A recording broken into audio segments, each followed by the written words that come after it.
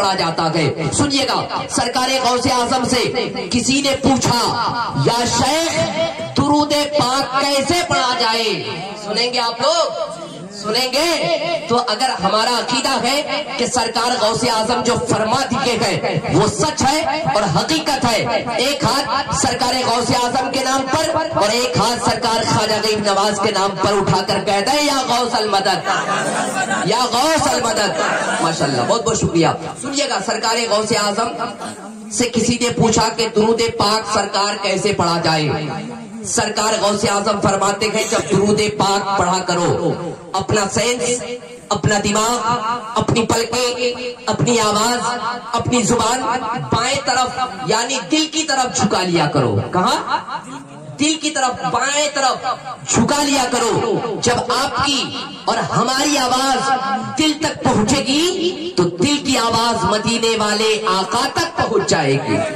دل کی آواز مدینے والے آقا تک پہنچ جائے گی, ہے نا. ہمارا عقیدہ ہے کہ بڑے بڑے ڈاکٹرز, بڑے بڑے انجینئرز, بڑے بڑے وکلاء, بڑے بڑے ججز حضرات کی باتیں جھوٹی ہو سکتی ہے لیکن میرے آقا کا فرمان کبھی جھوٹا نہیں ہو سکتا ہے نا. محبتوں کے ساتھ دیکھیے, اب میں تو دھیرے دھیرے گرم ہو رہا ہوں, بس آپ لوگ بیٹھیے گا. ابھی دھیرے دھیرے سے یہ بزم آسمان کی طرف جائے گی. کہاں جائے گی؟ من تو کر رہا ہے شاہی رضا سارے لوگوں کو آسمان کی طرف لے چل, دل کہہ رہا ہے لیکن ڈر لگ رہا ہے کہیں لے جاتے ایک آدھ آدمی کا اگر ہاتھ چھوٹ جائے تو لینا کا دینا ہو جائے گا, ہے نا. بس آپ لوگ بیٹھیے گا. آپ لوگ جو کرسی میں ہے, جو نوجوان ہے, وہ ان لوگوں سے میری گزارش ہے جو اس وقت چائے کی دکانوں میں چائے کی چسکیاں لگا رکھے گئے, ان سے میری گزارش ہے جو اب تک رضائی کے اندر پیر ڈال کر کے آرام کے بستروں پر نیند کے کھراٹے مار رکھے گئے, ان سے میری گزارش ہے کہ آپ لوگ جلد سے جلد آنے کی کوشش کریں. آئیے محبتوں کے ساتھ کچھ خوبصورت نام, جن مہمانوں کو آپ نے محبتوں کے ساتھ بلایا ہے, جن مہمانوں کی آپ تقریر سماعت کریں گے, وہ بہترین ہندوستان کے مشہور و معروف خطیب الحمدللہ اس وقت آرام گاہ میں آرام کر رکھے گئے. اعلان سماعت کر لیجئے. وہ پاکیزہ لہجہ, وہ خوبصورت آواز کے مالک, مخملی آواز کے بے تاج بادشاہ. نام سنیں گے آپ لوگ, سنیں گے نا. بہت چالاک لوگ ہیں آپ لوگ, جانتے ہیں نقیب صاحب کو بلایا گیا ہے, وہ تو بولیں گے ہی, ہم لوگ خاموش لے کر کے سن لے پہلے, ہے نا. بہت چالاک ہے. ایک داماد, ساس نے اپنے داماد سے پوچھا آپ کیا کھانا پسند کریں گے, بیگن شریف, بھنڈی مبارک یا پالک پاک؟ تو داماد بھی انہی کا تھا بھائی, داماد بھی چالاک. داماد کہا مجھے بیگن شریف پسند نہیں, بھنڈی مبارک پسند نہیں اور پالک پاک پسند نہیں, مجھے پسند ہے بس ایک بے غیرت آوارہ سا مرغا پکا لیجئے, ہے نا. تھوڑا ماحول بنائیے نا. مسکرانا میرے آقا کی سنت ہے. میں لطیفوں کے سہارا لے کر کے میں اپنے گناہوں میں اضافہ نہیں کرنا چاہتا, لیکن علامہ نعیم الدین یار خان علی کی رحمت و رضوان فرماتے گئے کہ 10 باتوں میں سے ایک باتیں ایسی کیا کرو تاکہ 9 باتیں سننے کا مادہ پیدا ہو جائے. محبتوں کے ساتھ آئیے, تیزی کے ساتھ کچھ الفاظ شاعروں سے پہلے جن کی زبان نبی کی تعریف کرتی ہے, میں چاہتا ہوں ان کی تعریف کے لیے کچھ الفاظ میں کشنگل سے آپ کے دیارے محبت میں لے کر آیا ہوں, لیکن ان سے پہلے ایک شعر پڑھتا ہوں. کون کون سننا چاہتے گئے؟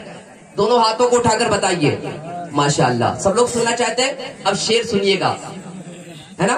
پڑھ دو شعر, سنیے کہ مدینہ جانے کا رستہ بنا کے سوتا ہو.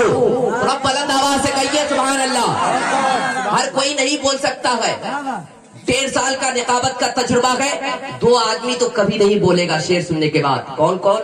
جن کے دل میں کھٹکا ہے, کھٹکا, اور جن کے منہ میں گٹکا ہے, وہ 2 آدمی کبھی نہیں بولے گا. بس خیال رکھیے گا, اگر گٹکا ہے تو تھوکیے اور عشق نبی میں جھوم کر بولیے یا رسول اللہ, اور بلند آواز سے کہہ دیں یا رسول اللہ. مدینہ جانے کا رستہ بنا کے سوتا ہوں, درود پاک کا تکیا لگا کے سوتا ہوں.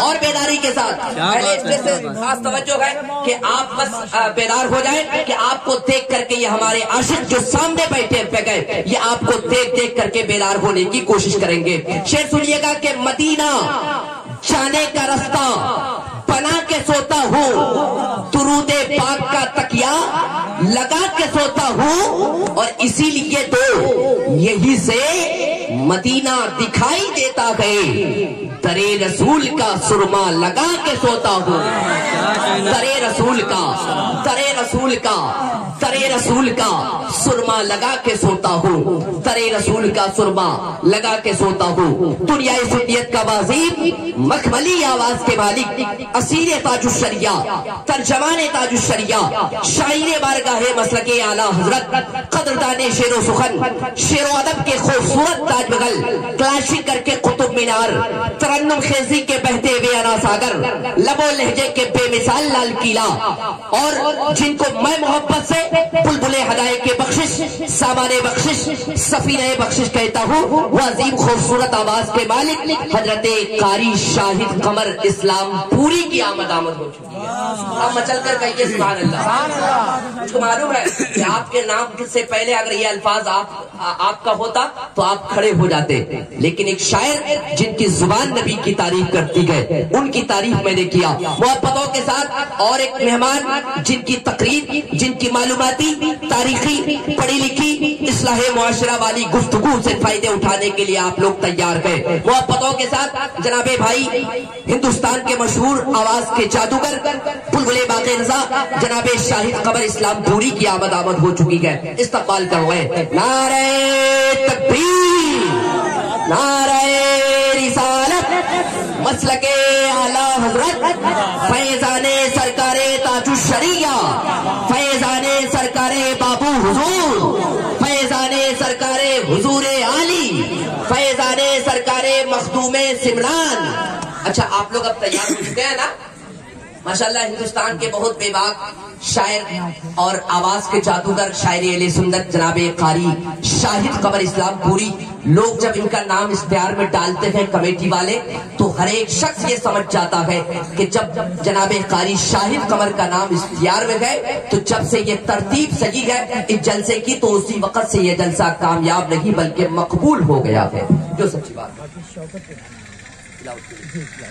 ماشاءاللہ وقت بالکل نہیں،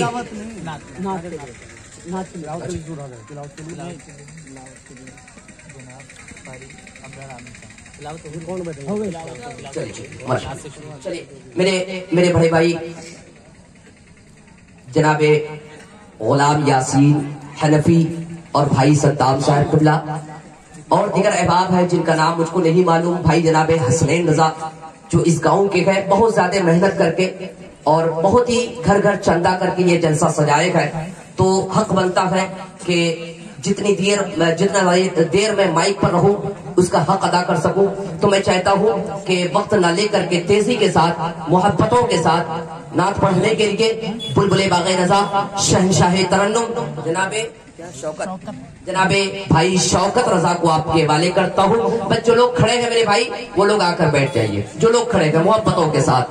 اب پھر میں اعلان کرتا ہوں جو لوگ بازار میں ہیں وہ آپ کی اچھی جگہ نہیں گئے، بلکہ آپ ایک شب اللہ کے ذکر میں، اللہ کے حبیب کے ذکر میں آپ آ کر بیٹھیے، ذکر الہی، ذکر نبی سے اپنے روح کو غذا پہنچائیے۔ آئیے محبتوں کے ساتھ، میں تو بار بار آپ سے ملاقات کروں گا لیکن اس وقت تیزی کے ساتھ بھائی جناب شوکت کو آپ کے حوالے کرتا ہوں۔ اس وقت بہت بہترین خطیب ہماری جماعت کا عظیم جید عالم تھی، حافظ قرآن، قاری قرآن، الحمدللہ 2 سال میں مفتی کی سند بھی اس ذات کو ملنے والی ہے، مفکر اسلام، بین الاقوامی شہرت یافتہ خطیب حضرت علامہ و مولانا سجاد رضا صاحب قبلہ جو اس وقت بیٹھے گئے، ان کی اچھی گفتگو سے آپ فائدے اٹھائیں گے۔ اس وقت آرام گاہ میں خطیب اہل سنت، مفکر اسلام، ناشر مسلک اعلیٰ حضرت و حق و صداقت و اہل سنت و غلام تاج الشریعہ، مسرع قوم و ملت حضرت علامہ مولانا مفتی محفل اشرف صاحب قبلہ اس وقت آرام گاہ میں گئے۔ بس